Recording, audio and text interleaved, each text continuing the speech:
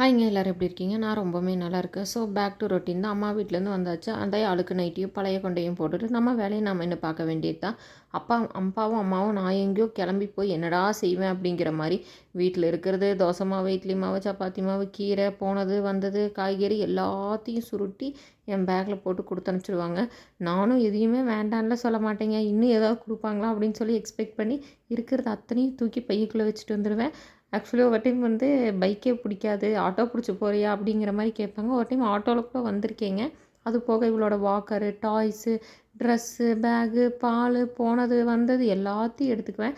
நானும் யோசிப்பேங்க, எப்படி தான் லக்கேஜ் சேருதுன்னு. இப்போ வரைக்கும் அதுக்கான விடை எனக்கு தெரியவே இல்லை. ஸோ எல்லாத்தையும் வாரி ஒழிச்சு தூக்கிட்டு வந்தாச்சு. நைட்டே வந்து கொஞ்சத்தை மட்டும் எடுத்து வச்சுட்டேன். அப்புறம் இதெல்லாம் புதினா, கருவேப்பிலையெல்லாம் வந்து கழுகி எடுத்து வச்சுருந்தேன். சரி காலையில் கிள்ளி பாக்ஸில் போட்டு வச்சுக்கலாம் அப்படின்னு சொல்லிட்டு காலையில் எழுந்திரிச்சு அந்த வேலை தாங்க பார்த்துட்ருக்கேன். உப்புமா சிம்பிளாக செஞ்சு முடிச்சிட்டேன். அம்மா வீட்டிலேருந்து வந்து சமைக்கணும். ஐயோ, கிச்சனை போய் நம்ம கிச்சனாச்சே நம்ம தான் க்ளீன் பண்ணோம் அப்படின்னு நினச்சாலே கொஞ்சம் வருத்தமாக தான் இருக்குது. ஏன்னா அம்மா வீட்டில் சமைச்சாலும் அப்படியே சமைச்சு தூக்கி வீசிட்டா சிங்கில் இருக்கிறது எல்லாத்தையுமே அவங்க கழுவிக்குவாங்க, வீடு கூட்டிக்குவாங்க, எல்லாமே பண்ணிக்குவாங்க. நின்ன இடத்துல ஜம்முன்னு கரண்டியை பிடிச்சி ஒரு வணக்கம்னா மட்டும் போதுங்க. இதை எவ்வளோ பேர் எக்ஸ்பீரியன்ஸ் பண்ணியிருக்கீங்க அப்படின்னு சொல்லிட்டு மறக்காமல் எனக்கு கமெண்ட் பண்ணுங்கள்.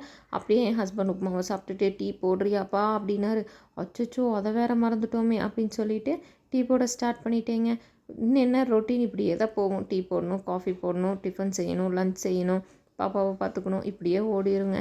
சரி வேறு என்ன நம்ம பண்ண போகிறோம், இதே தான் ரொட்டீனாக பண்ண போகிறோம் அப்படின்னு சொல்லி நானும் ஸ்டார்ட் பண்ணிட்டேன்.